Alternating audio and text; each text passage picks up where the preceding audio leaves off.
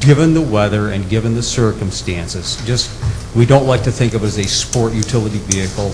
It's just a utility vehicle. It will have rubber mats on the floor, and on those times when it's truly needed, we have four-wheel drive capability. We don't rack up that many miles on that type of vehicle. But if you're purchasing a vehicle or when you spec a vehicle, it is better for us, for all concerned, to have the four-wheel drive capability. That's all. Four-wheel drive only, in most cases, adds a couple, $3,000 in most packages, depending on what you're buying. Depending on if it's all-wheel, four-wheel drive, or... Yeah. Then more maintenance. Well, there's no doubt about it. I mean, there is a difference there. Well, Captain Sayre, just again a question in regard to this vehicle then would be used to transport not only for pumping, but would be used to transport men and equipment to the scene of fire? Yes, sir, that's correct. Whatever is needed. We don't have really strict single-purpose vehicles. It's just whatever that need is that day, that vehicle would be pressed into service to its capability. Obviously, pickup trucks have different capabilities than do enclosed vehicles. But regardless of the job, we're just trying to get the vehicle that best meets our needs 365 days a year. Well, I know that the fire department has been tireless in pursuing various grants to purchase, equipment, and I know that you don't come to the council just flippantly with a request. This vehicle is an '89. It's lived its life. And when I look at these issues in regard to vehicles, I look at them in terms of the safety issue of the citizens. And I just feel that if we can, have the technology available to get people quicker and equipment quicker to a scene, response time is everything. And I just don't want to go on the cheap on terms of safety. I'd have to wholeheartedly disagree, because I don't think I'm hearing that this is going to be a primary response vehicle to get people and equipment to the scene. Where is this vehicle going to be? A fire comes in any time of the year, the department goes out. Where is this vehicle going to be sitting? Could be anywhere. I could have it. We could have a battalion chief could have it. If his vehicle is out, it could be anything. It's a staff vehicle. How we're using our vehicles, they're staff vehicles. It could be used by anybody. If, as an example, in coming months, we got a grant, as you all approved for us to do, for hazmat training. We need to be able to get to the location where we have to go. We're going to use the chief's vehicle to transport 4 people to that location. It saves us money because we're not flying with airfare. We're going to drive there.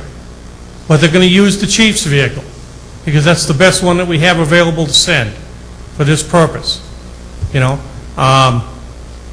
So it all depends on what is needed, as Chief Sayre said. We've been out at fires. They've needed a vehicle to transport wet firefighters back to the station where it's been below zero. Here, use the chief's vehicle. Use that vehicle there. Take them back in that vehicle. We're not saying it's anybody's vehicle. It's a fire department vehicle that can be utilized by anybody. So where it's going to be today, tomorrow, or the next day, I can't tell you that, because it could be fire prevention could have it tomorrow, Chief Sayre could have it the next day, I could have it the following day.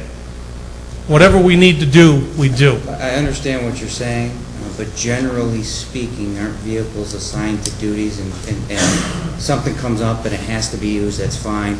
Generally speaking, isn't your vehicle you use? And Generally, yes. Generally speaking, isn't the battalion chief's vehicle their vehicle what they use? That's about the only vehicle that is really an assigned vehicle. So, the vehicle says chief on the side of it, but probably a couple times a week somebody uses my vehicle. So on a day in and day out general basis, we've heard the page before of what you would use the F-450 for, of transporting confined space, heavy stuff. and it would have it would have a pickup that could transport equipment if it needed to be. We know what your vehicle, we know the battalion chief's vehicle. On a general basis, day-to-day, where do you envision seeing this vehicle being?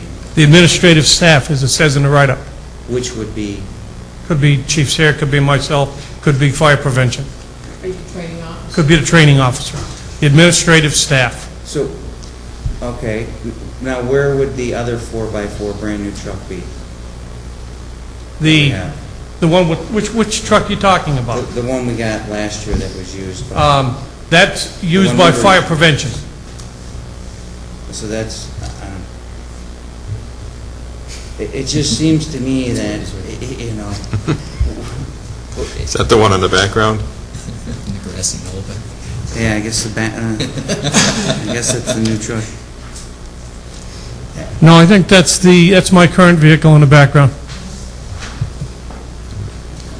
I guess... I don't have a problem, sorry, I don't have a problem with replacing the vehicle. I think it needs to be replaced, but we have to define what the use is going to be. I mean, we can say that it's going to be used by everybody. Every vehicle in the department could potentially be used by everybody.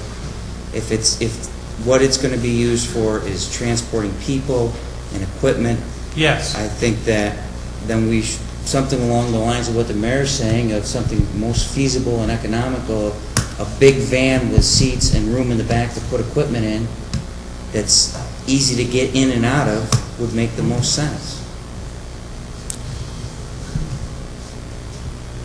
Yeah, I think what, and trust me, you've been through these things, so you know every year it's the same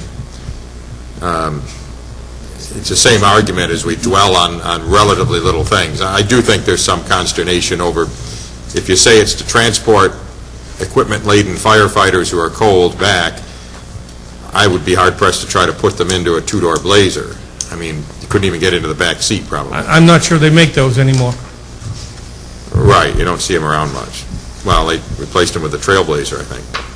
And it would just seem to me, you know, that whether everything in the world is four-wheel drive, it's the functionality of the vehicle. And a van is generally the most functional vehicle you can find in terms of people and cargo and all of that. That's why people buy minivans. I mean, if you got kids, it's the way to go, as opposed to, you know, some people that say these third-row seat SUVs and so on. Well, they're incredibly hard to get into the third row usually. I mean, if you've got kids, you're better off getting a van and foregoing four-wheel drive, generally speaking. So, I mean, just my observation, but, you know, as far as spending it, I'd move ahead, but I would hope you would take to heart maybe what's said and as constructive suggestions. Okay. Any other thoughts? Well, I wouldn't disagree with, Mr. Smith knows my feelings on these four-way, Chief, you know my feelings too, but at the same time, we're looking at purchasing for the police department a $21,000 van. Okay. Now, if thinking the way that you're talking, Mr. Mayor, using this for, you know, seating so on and so forth, I don't know what that van is. Is that, do you know how many seats are in that van that we're purchasing for the police department? I think it's a panel van. There's no That's seats a in it. panel. That's, okay, that's what my question was going to be. That's just a plain old panel truck. If then you're adding in having to put seats in that. You know, the funny thing is, I mean, yeah, I mean, there's the, and I know everything could go, I know everything could occur simultaneously at once. You could have 6 drug raids, 5 house fires, and everything else going on at once. I realize that could happen. But, you know, it always is of interest to me that we have a city vehicle that we just paid $65,000 for, which the purpose is to put a bunch of people in so they can get in and out quickly and run into a house, which is that police vehicle. And, you know, that's, God forbid, off limits if you had other emergency situations, and that's obviously going to be used in very defined circumstances, as in a raid and so on, which is not going to happen, you know, all the time. I always find it curious that we have, you know, vehicles sitting over in the other department, and I guess it's human nature, that somehow are, we can only use that for police officers to pile into and not firefighters, or something like that. That's a, you know, I think the councilman raises an interesting point there when we have those type of vehicles in the fleet. again, if you're looking to transport people. Well, and I agree with Councilman Smith, I mean, there's no question